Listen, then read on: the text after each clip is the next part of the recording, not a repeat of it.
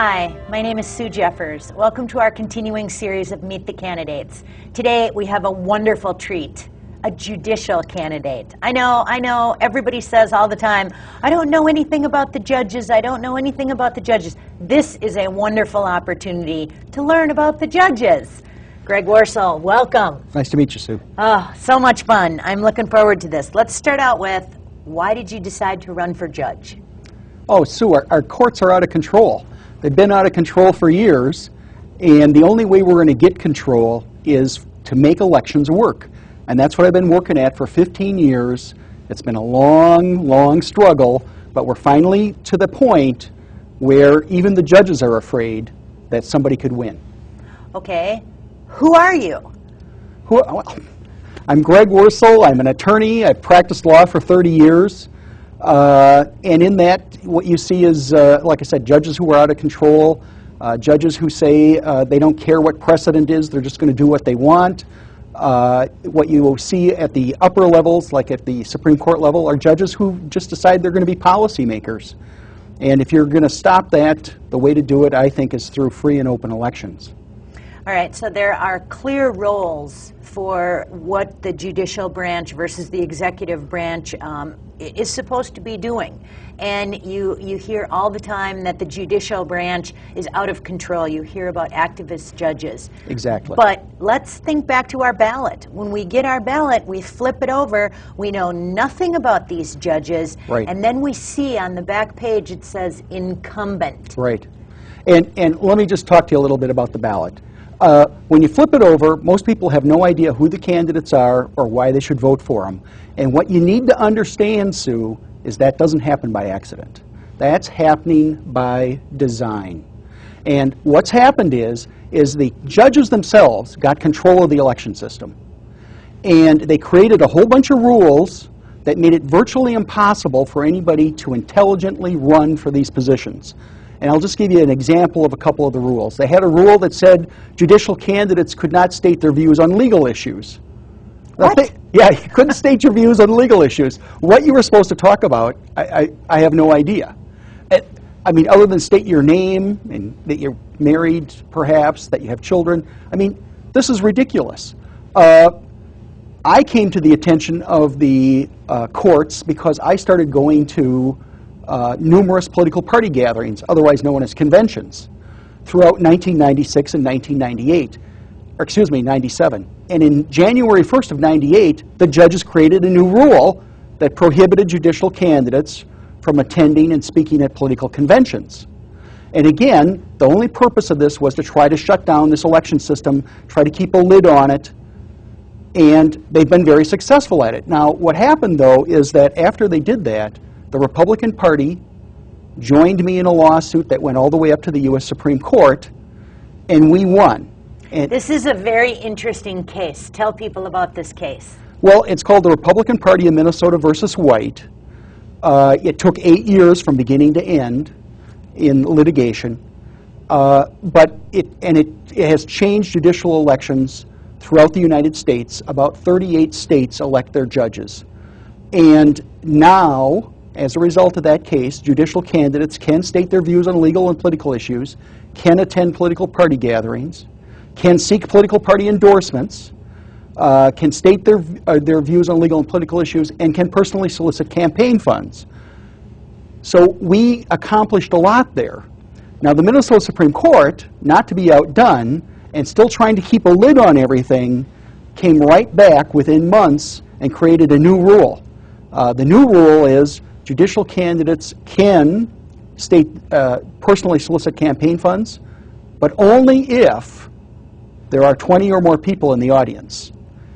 And understand that the reason they did that is to try to put a cap again back on judicial elections, because they know, as well as every candidate that comes and talks to you, that the major way you raise funds is direct solicitation, by calling people on the phone, asking them if they'd give money to your campaign.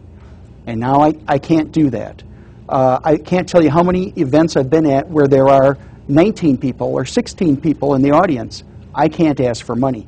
But understand again, the judges who created these rules, they raise almost all of their money from large law firms in downtown Minneapolis and St. Paul. And they go into law firms where maybe there's 200, 300, 400 attorneys. They can get 50, 100 of them in a room, and then they get maybe $1,000 out of each of them. And pretty soon they've got all kinds of money. Nice war chest. A nice war chest. And then they have the other benefit that you mentioned earlier, which is that word incumbent on the ballot. And we're currently trying to challenge that in a case that's right now before the 8th Circuit Court of Appeals. That incumbent behind a judge's name, that is, I'm an election judge, that is the only spot on the ballot where you see the word incumbent, and that's on the judicial races. Yep, you're absolutely right, and it definitely creates a very unfair playing field in these elections. Historically, about 55 to 60% of the people simply vote for the incumbent because they have no other information, and about 40 to 45% are voting against the incumbent and for the challenger. What we're trying to tell people in this election cycle is, again, this isn't happening by accident that you don't have information. It's happening by design, and if we start kicking some of these judges out of office who are out of control, we'll get our election system back. Those judges will come back and they'll start talking to the voters, and that's what we need to have. We need to have accountability in this system. We never, ever, ever give up our right to vote for judges. Ever, ever, ever. So I want to ask you about after the 2002 White case, right. And I think I have the year correct. Correct me if I'm wrong.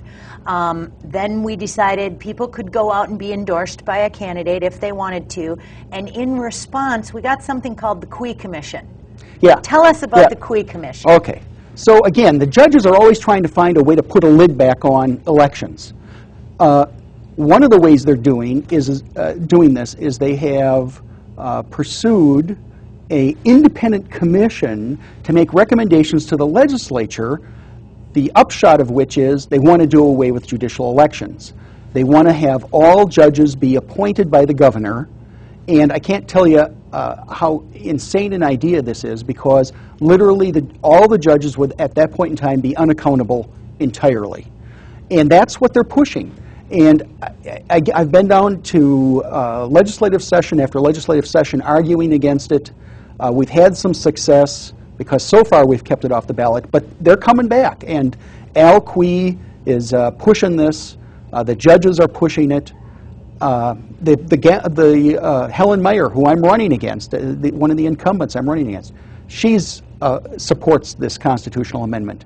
And again, it would take away everybody's right to vote. So does our new Minnesota Supreme Court Justice, the chief. She was just sworn in last week. She stopped short of saying, I support taking away your right to vote on judicial elections. But boy, and we saw the Chief Justice Magnus support the same thing too. Yep. We have just got to stop this. We cannot give up our right to vote on judges. Well, again, I think if we elect some people this cycle, it's going to put a big hole in that argument. I think it'll stop that.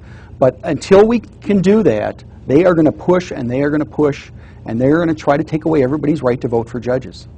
I call it a scam when I'm doing my radio show, but the fact that some of these judges step down and are appointed by the governor, I get that part, but isn't that pretty political? Well, it's not only political, but it also shows you, I think, the hatred that judges have for elections. The fact that they will actually leave their positions before the end of their term simply for the only purpose of taking that election away from the people. Because if there's a vacancy, the governor appoints to fill the vacancy, and then there's no election. And this happens repetitively in Minnesota. Over and over and over and over again. It drives me crazy. And in fact, over 94% of all judges in Minnesota were originally appointed to their position, despite the fact that if you read our Constitution, it says that judges are to be elected. The judges are gaming this system. They're gaming it so that there are appointments when there should be elections. And the state Supreme Court, and again this includes Helen Meyer, my opponent, just created a new rule just a few months ago that simply is going to allow this appointment process to go on. They can have appointment and resignation, and you could possibly never have another election for Chief Justice. In oral argument before the Supreme Court, State Supreme Court, the Attorney General was asked if this went on for 100 years, would he think that was a problem? And he said, no, that's not a problem. And there was laughter in the galleries. But if you look at what our State Supreme Court decided, they in fact decided that it is okay, that you can have appointment after appointment after appointment with all these resignations and never have an election. Even worse than that, Sue, if you take their rule and apply it, you could have two judges up for election. Let's say Judge A, who's the Chief Justice, and Judge B, who's an Associate Justice, and they're both supposed to be up for election. Judge A resigns, the governor appoints Judge B to A's position, and then appoints A to B's position. So they switch spots, and both those elections will be taken off the ballot. Right. And then two years go by, and they're up for election again. They could do it again, and they could go back and forth indefinitely. But that's the kind of law that we're getting out of our state Supreme Court. It's ridiculous. It's to the point of absurdity, and we need to stop it. Exactly right. All right. You're running for the Supreme Court. What does the Supreme Court do? Well, they've become policymakers, Sue. Exactly. I mean, they make rules. They got their fingers into everything. What I tell people is look I'll give you a couple examples of judges out of control. If you go to our district court level, that's where all the criminal cases originate. The judges are supposed to follow the sentencing guidelines, but they don't. And as a result, Minnesota has the second lowest incarceration rate of any state in the union. I've heard that. The second lowest incarceration state in the nation. Yes. Yeah. Unbelievable. Yep. And maybe our criminals aren't as bad. Wrong. Well, maybe our judges are. That could be. Another example is of policy making is the right to hold your property and not be subject to eminent domain. Just recently, a lot of us heard the Kelo case at the U.S. Supreme Court, which permits the government to take people's property for what they call a public purpose, although the Constitution talks about a public use. And what it's really allowing is the government to take the property of one person and give it to another. What people don't realize is that same thing happened in Minnesota in the Walzer case about 4 or 5 years before the case before the U.S. Supreme Court. That's why these positions are so important, because we are losing our constitutional rights.